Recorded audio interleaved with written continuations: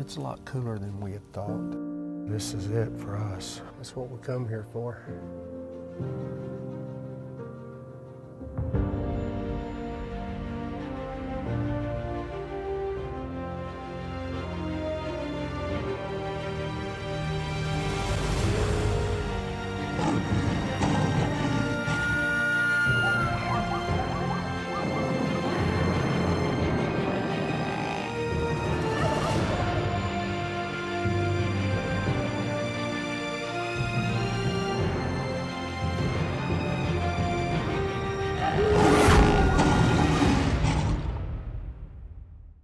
Welcome to Double Lung Outdoors. I'm Rick Frazier, and this week we're headed to Ohio.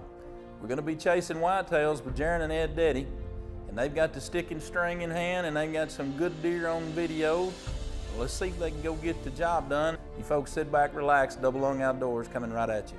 This week on Double Lung, we're hunting in my hometown in southern Ohio. In the past, we've had great success on killing big Ohio bucks. Southern Ohio has rich farm grounds, great water sources, and oak trees that thrive, producing millions of acorns. When you combine those features with good management and attractant strategy, you're sure enough to have great success. We're starting off the opening weekend of the Ohio season with my father, Ed. He and I are very anxious to break in a new blind he built while I was in Africa hunting with Kenneth. This blind is more than accommodating, and it's even powered by a Goal Zero solar generator.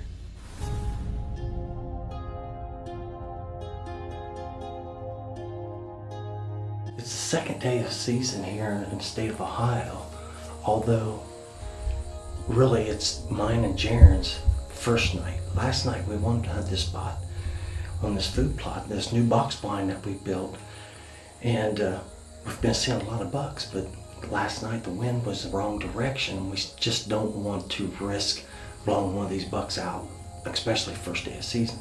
Tonight we have a better wind, it's more out of the south, which is pretty good for this location. But what we have a lot of brassicas out here. Beans down through here. It's been very dry. It's 80 some degrees right now. It's really warm, but we have ponds on both sides of us, so we're expecting to see these bucks come out of here, from over here by this pond, coming in from their bedding, get water, then come out and start feeding on these brassicas. So we're going to kind of get ready. We're hoping to see some good deer activity, even with the temperatures being what they are. We've got a nice 5x6 in here, so with a little bit of luck, they'll be here tonight, and we can get this taken care of. It's been a while since I've killed one first weekend of season, so Jeron's been on a roll last several years, killing a quality buck really early. Maybe it's Dad's turn this year. This blind was built here, not out of a spot that we found. The blind was built, and then we designed the area to funnel the deer to this particular spot. This was my dad's spot. It has a lot of history. We've killed, I can't even say how many deer, not to even speak of how many quality bucks have been taken out of this exact spot. Well, I got the idea of earlier this year that I'm going to make something that's a permanent blind, something that's going to be here, and it's going to be here for a long time. So I tore the whole blind down and structured this from the ground up. The only thing that I would say would make it better right now is if Pap was here with us to see what we've done, and I'm sure that he's watching and everything, and I think he would enjoy hunting out this. So Jeron will be able to bring his son as I've brought him, and it can go on and on and on. But it's ideal. I mean, it's concrete floor. I mean, the windows are slide up where we can shut it down and everything. We have solar. We have the Goal Zero power pack in here with a solar charger on it. It allows us to run our equipment and charge anything we want to.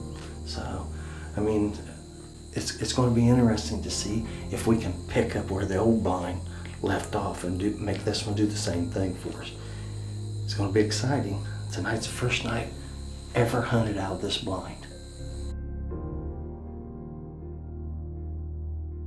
All right, Dad and I are in the blind in Southern Ohio, so make sure you stay tuned to Double Lung Outdoors TV after the break. This segment is brought to you by Farm Country Inc., the 1024 Ranch, Venture Roofing and Building Supply, Doc's Deer Sense. Over 4 years in development, thousands of hours in design. Comfort redesigned, durability reinvented. The Arrowhead by Lacrosse. You're watching Double Lung Outdoors TV. Thanks for staying with us. We're in the blind in Southern Ohio. It's the second day of season, it's our first night hunting, and we're just more than excited, and deer are starting to come into the fields. Well, we've seen our first deer of the night. It's like a doe and a young one, so activity is actually earlier than I thought with these temperatures. I mean, it's only 5:49, so they're out in the field already, so that's a good sign.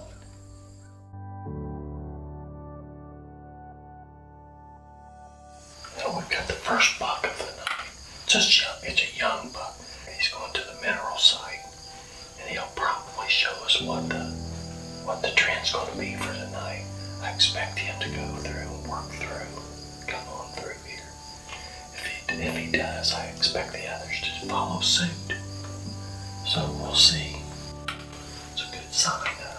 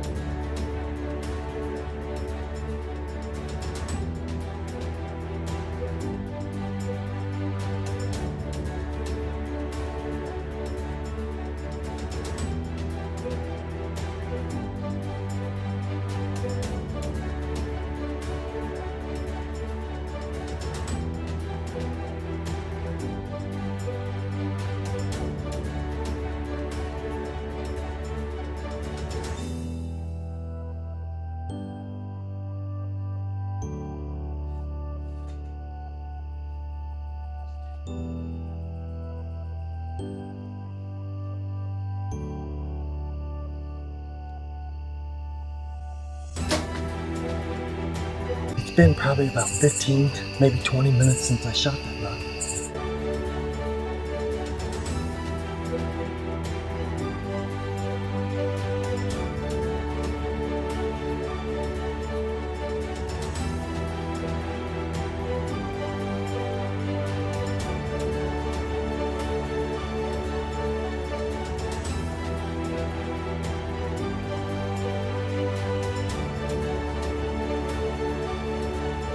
With the wind being wrong on the opening evening for our spot, the location where all these bucks were coming into, we just decided to back off, get a better wind, and try it another day, which today we had the right wind, was ideal. South wind, which is good for this spot. And you see, patience, 20-yard shot, double lungs, game over.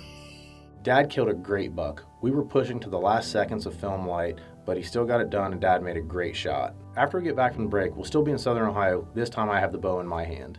This segment is brought to you by Talent Roofing,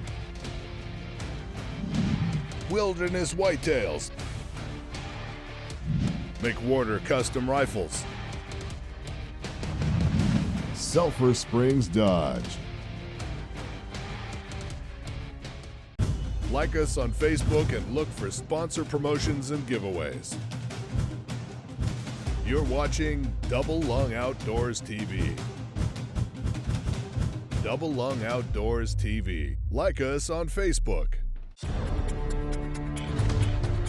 You're watching Double Lung Outdoors TV. This is Double Lung Outdoors Topic of the Week. This week's topic, conservation and hunting and why we need them.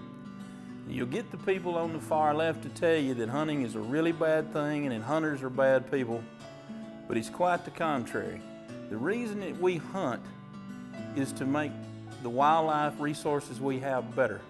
If they weren't kept in check, if we didn't take so many females, if you don't take the older animals and leave the breeders in the middle, then you wake up someday with all the species with absolutely nothing, and their habitat is completely destroyed. So all of the stories they tell you on one side, they can't back up, but they got a lot of money behind them, and they put on a big front. But to tell you the truth, without conservation and without us hunters, the wildlife in these countries would be in real trouble. If you don't think that's the case, look at what's happening in Africa where they can't control the poachers. Without us hunters going there and putting a value on those animals, they'd poach all of them to extinction. This has been Double Lung Outdoors Topic of the Week. We're in the first week of archery season in Southern Ohio, and Dad had just killed a great buck.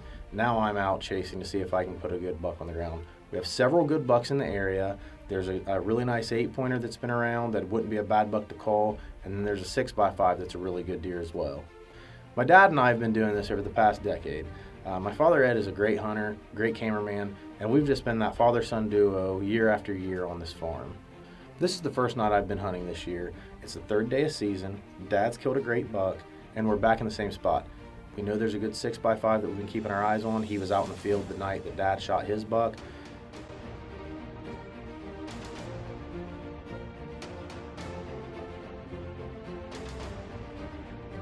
This night we had quite a few deer come through. We had a really nice 8-pointer across the field.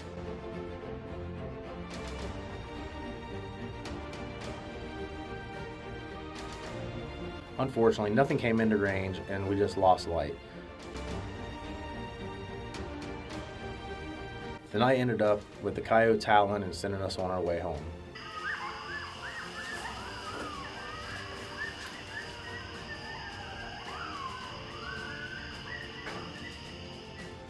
The very next evening, we're hunting the same spot.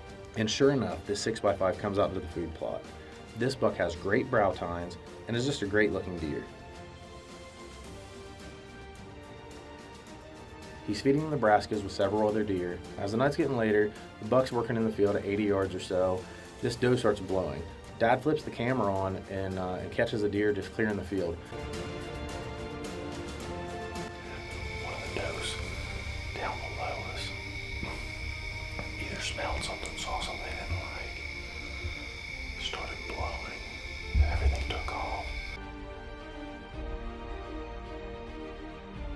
We have a ton of coyotes on this piece of property, so I'm confident that was what happened, was a coyote popped into the other side of the field, or they got a little bit of wind from one.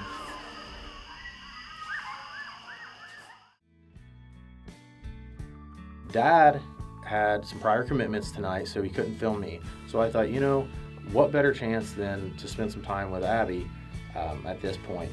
Now, Abby's pushing, trying to get home from work and everything, and I kind of have something up my sleeve on this. I've been looking for the great opportunity to propose to her since July, and I wanted to have it on film, and I didn't want her to really be aware of it. So what better time to do it when hunting? Because she knows when we hunt, I always have a camera, and I'm always telling her to do stuff. I just thought it would be a really great time to kind of pop the question. And in doing a hunting, I mean, we're outdoors people. I live in the outdoors. It's every moment of my life is revolving around it. So starting the next chapter of my life with the person I love, this is a great opportunity to kind of do that.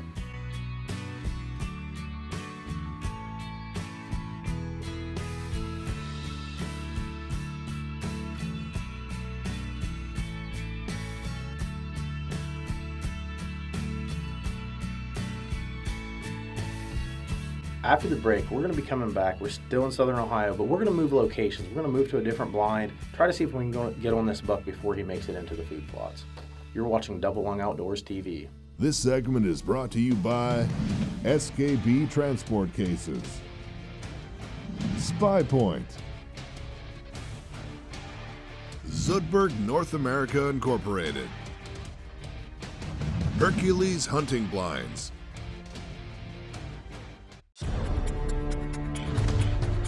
You're watching Double Lung Outdoors TV.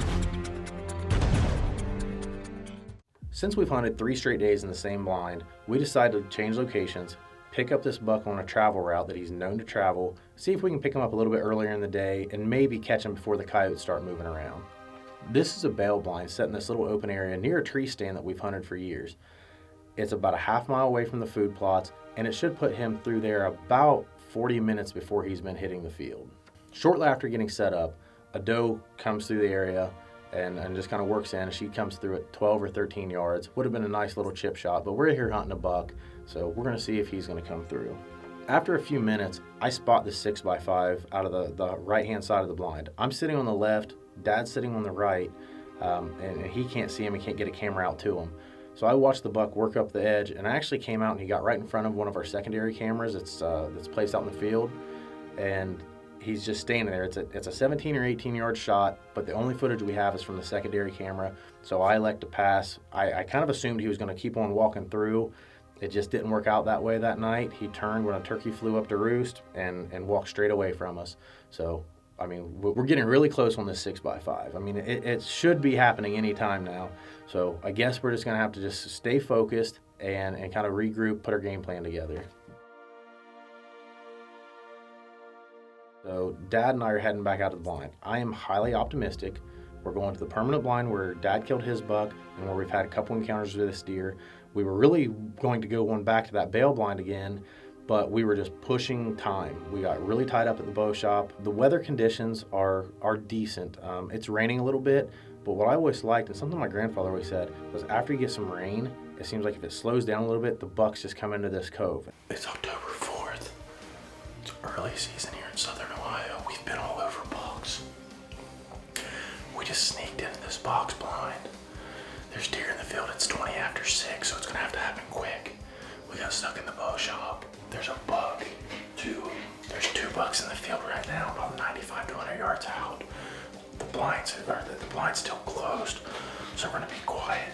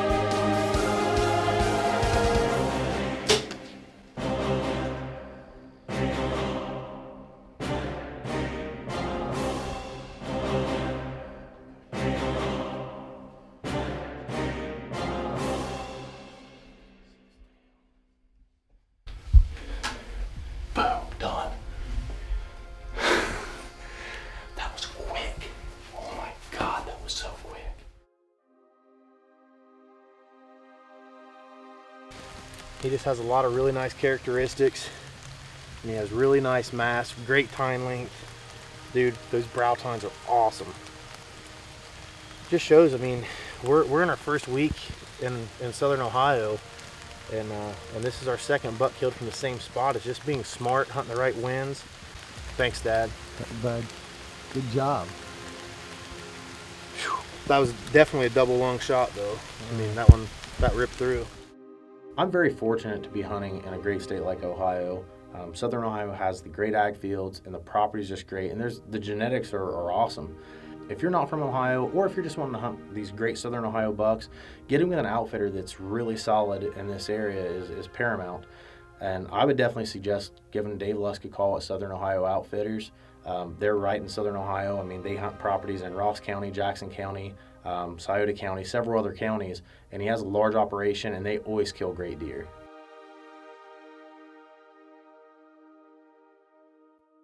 This segment is brought to you by Land Pride. Great Plains, harvest starts here.